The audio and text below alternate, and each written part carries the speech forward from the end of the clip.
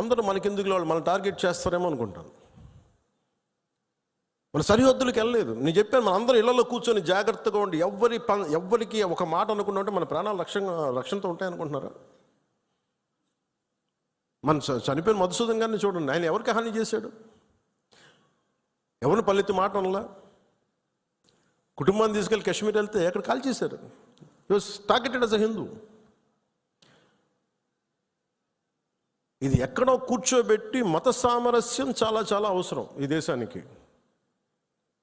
చాలామంది మత కలహాలు క్రియేట్ చేయాలనుకున్నా కానీ కొంతమంది చేస్తుంటారు. దాన్ని మీరు అడ్డుకోవాలి. మీ కళ్ళ ముందు ఒక సంఘటన జరుగుతున్నప్పుడు మీరు అడ్డుకోండి. అది ఎవరైనా సరే, ఒక హిందూ కావచ్చు, ముస్లిం కావచ్చు, ఏమది తప్పు అంటే తప్పని చెప్పండి. మీరు ఆ ధైర్యం కావాలి మీ అందరికీ. ఎందుకంటే ఆ ధైర్యం లేనప్పుడు అప్పుడు మన పొలిటికల్ పార్టీగా మనం ఉండడం అనవసరం. ఒక పొలిటికల్ పార్టీ మెంబర్గా ఉండటం కూడా అనవసరం. హార్ష్గా చెప్పమని చెప్పట్లే, గట్టిగా తీవ్రంగా చెప్పమని చెప్పట్లే, కానీ ఇబ్బందిగా ఉంది నువ్వు చేసే పని చెప్పాలి. కష్టం తెలియాలి కదా. ఇది మటుకు మనం నిర్ణయించుకోకపోతే మీరు అందరూ అసలు ఓటు వెయ్యను ఏమంటుందని అసలు నాయకుడు కానోడు కూడా, ఇంట్లో సోఫాలో కూర్చొని కదలని వాడు కూడా, సార్ ఇది సెక్యులరిజం కాదు సార్, ఇలా మాట్లాడకూడదు అంటే ఏంటి? అంటే ముస్లిం కాని వాళ్ళు చచ్చిపోతేనే మాట్లాడాలి సెక్యులరిజం అంటే? హిందువులకు జరిగితే మాట్లాడకూడదా? That can be defined as secularism. ఇది సమస్య మన దేశంలో. అందుకని ఇలాంటి ఈరోజు నాయకులందరికీ, మన జన సైనికులందరికీ కూడా, వీరమహిళలందరికీ కూడా నాకు ఒక విన్నపం ఏంటంటే, సెక్యులరిజం అనే పదానికి మీరు ఈ పడికట్టు డెఫినేషన్ మీరు తీసుకోకండి. ఇది మటుకు మీరు చాలా చాలా స్పష్టంగా తీసుకోవాలి. నేను చాలాసార్లు చెప్పాను, ముస్లిం సమాజంలో చాలామంది వచ్చి అడిగినప్పుడు మీకు ఏదైనా ఇబ్బంది వస్తే మొట్టమొదటి గొంతెత్తేది నేను. మీకు గుర్తుపెట్టుకోండి, కష్టం వచ్చింది. ఎందుకంటే ఎందుకంటే నేను ఏం మాట్లాడుతున్నానంటే, సార్ ఇది మనందరం ఇక్కడ మనం పాకిస్తాన్ ఇస్లామిక్ రాజ్యం. అది they announced Pakistan is an Islamic nation. But India is not a మనం చెప్పుకోవచ్చు కదా, this is a Hindu nation చెప్పచ్చు కదా. మనం ఎందుకు చెప్పము? మన మూలాల్లో మతం అనేది ఒక విధానం అంతే. అందుకని మనం ఇప్పుడు చెప్పాల్సిన అవసరం లేదు. అంటే ఈ సందర్భంగా ఇది ఏ భాషలో తర్జుమా చేసుకుంటారో తెలియదు, ఇది కాశ్మీర్ దాకా వెళ్తుందో ఇంకొకటికి వెళ్తారో తెలియదు, కానీ ఒకటే ఉగ్రవాదులకి ఒకటే సందేశం, ఇది వరకు లాంటి భారతదేశం కాదు, ఇది కొత్త భారతదేశం. అది ఎందుకంటే మేము చాలాసార్లు విసిగిపోయి ఉన్నాం. మీ ఇష్టానికి వచ్చి కాళ్ళు చంపుతానంటే ప్రాణాలు ఎలాగపోతాయి మాకు తెలుసు. As well as will fight and let our life go. దాన్ని సిద్ధపడే వచ్చాం రాజకీయాల్లోకి. ఉట్టిన ఎందుకు వస్తాం? పదవులుగా? పదవులు లేకపోతే మనకి ఏమొస్తుంది? ఇంకా బాగుంటుంది పదవులు లేకపోతే, స్ట్రెస్ ఉండదు. అందుకని పదవులు ఆశించేది ఏది ఎవరైనా సరే ఇది బాధ్యత. ఇది మనందరం బలంగా మాట్లాడాలి. అలాగే ఈ సందర్భంలో పోయిన ప్రాణాలని మనం ఎలాగ తిరిగి తీసుకురాలేం. పెద్ద ఎర్నింగ్ మెంబరు చనిపోయాడు కుటుంబంలో, మధుసూదన్ గారి కుటుంబంలో. సో మనందరి తరపున, మీ అందరి తరపున, పార్టీ తరపు నుంచి ఆయనకి ఒక 50 లక్షల రూపాయలు ఆయన కుటుంబానికి అందజేస్తున్నాం. అని నాకు ఎప్పుడు డబ్బులు అనౌన్స్ చేయడం ఇబ్బందిగా ఉంటుంది.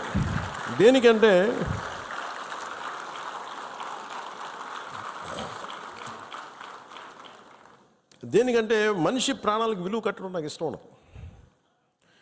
కానీ కొన్ని సందర్భాల్లో అది చిన్నపాటి ఊతం అవుద్ది అంతే.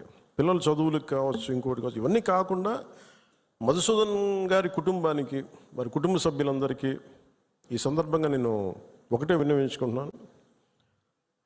మీకు ఏ కష్టం వచ్చినా సరే మేము ఉన్నాం. మేము మీతో ఉన్నాం. ఏదో ఈరోజు ఒక 50 లక్షలు ఇచ్చి మిమ్మల్ని వదిలేయటం కాదు. మీకు ఏ కష్టం ఉన్నా సరే వాళ్ళకి మన పేషెంట్ నెంబర్స్ కూడా ఇచ్చాను. Any time you can reach out. మీకు ఏది అవసరం ఉన్నా. ఎందుకంటే చెప్పిరావు ఉపద్రవాలు. అని నాకు ఏమనిపించిందంటే, ఆ పిల్లోడిని మాట్లాడుతుంటే, మధుసూదన్ గారి కొడుకుని చూస్తుంటే ఒక్క సంఘటనకి పెద్దోడు అయిపోయాడు అబ్బాయి. 10 ఏళ్ళు ఏజ్ వచ్చేసింది. 10 ఏళ్ళు ఎంత ఉంటాయి అంతే, 10, 11 ఉంటాయి అంతే. ఒక 20 ఏళ్ల కుర్రోడు ఎలా మాట్లాడుతాడో అలా మాట్లాడుతున్నాడు అబ్బాయి.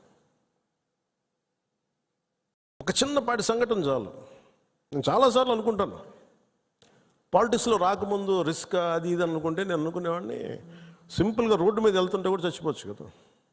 As well as embrace an ideology, ఒక భావజాలాన్ని పట్టుకోండి, దానికోసం చనిపోతే మంచిది కదా, ఉత్తి పుణ్యాన్ని చచ్చిపోవడం కంటే కూడా. ఇక నాకు మొన్న నా కొడుకు ఒక ఫైర్ యాక్సిడెంట్లో చిక్కుంటే నాకు అనిపించింది, సింపుల్ సమ్మర్ క్యాంప్ అది, ఫైర్ యాక్సిడెంట్లో చిక్కుకుంటే పక్కన ఉన్న ఒక బిడ్డ చనిపోయింది, ఇంకో పక్కన ఉన్న బిడ్డ మొత్తం కాళ్ళు చేతులు మొత్తం కాలిపోయినాయి. వీడికేమో లోపలికి అంతా ఈ కొంత ఫస్ట్ డిగ్రీ జరిగినాయి బర్న్స్. తర్వాత లోపలికి సూట్ ఉంటుందని, గాలి పీల్చేయటం వల్ల ఆ పొగ. ఆ కొడుక్కి అర్ధరాత్రి పూట లేచి ఆ మేడపై నుంచి పడిపోతున్నట్టు కళ్ళు వస్తాయండి. సైకాలజిస్ట్ చూపిస్తున్నారు ఇప్పుడు. అలాంటిది మధుసూదన్ గారి పిల్లల్ని చనిపోయిన ఇన్ని కుటుంబాల తాలూకు మీరు వాళ్ళు ఆలోచించండి. వాళ్ళు పడుకుంటే నిద్ర పడద్దా? తుపాకులు వస్తాయి, తుపాకీ చప్పుళ్ళు వినిపిస్తాయి, భర్త హాహాకారాలు వినిపిస్తాయి, తండ్రి ప్రాణాలు కోల్పోవడం వినిపిస్తాయి. ఎంత ఘాతుకం అది. ఒకటి చనిపోవడం, ప్రాణాలు కోల్పోవడం ఒకటైతే, మానసికంగా దాన్ని తేరుకొని బయటికి రావడం చాలా చాలా కష్టం. అందుకని ఇలాంటి పరిస్థితుల్లో చనిపోయిన 26 మంది మరోమారు నా సంతాపం తెలియజేసుకుంటూ, మనస్ఫూర్తిగా అందరూ వారి కుటుంబాలకి, వారి అందరి కుటుంబాలకి దాదాపు మీకు అంటే మన ఇలాంటి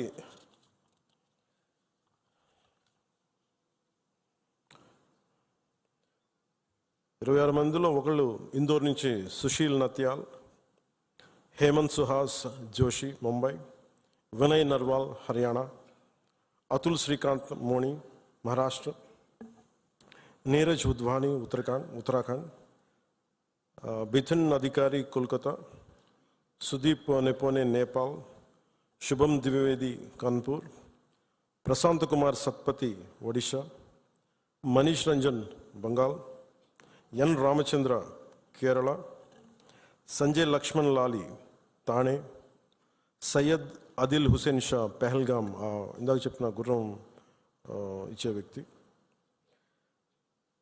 Dinesh Agarwal Chandigarh, Sameer Guha from Kolkata, Dilip దాసలి Mumbai, JS Chandramouli Visakhapatnam, Madhusudan Rao Somisetti Kavali, Santosh Jagada Pune, మంజునాథరావు Karnataka, కస్తూబా ఘన్వోటే Pune, Bharat Bhushan Bengaluru, Sumit పరామ్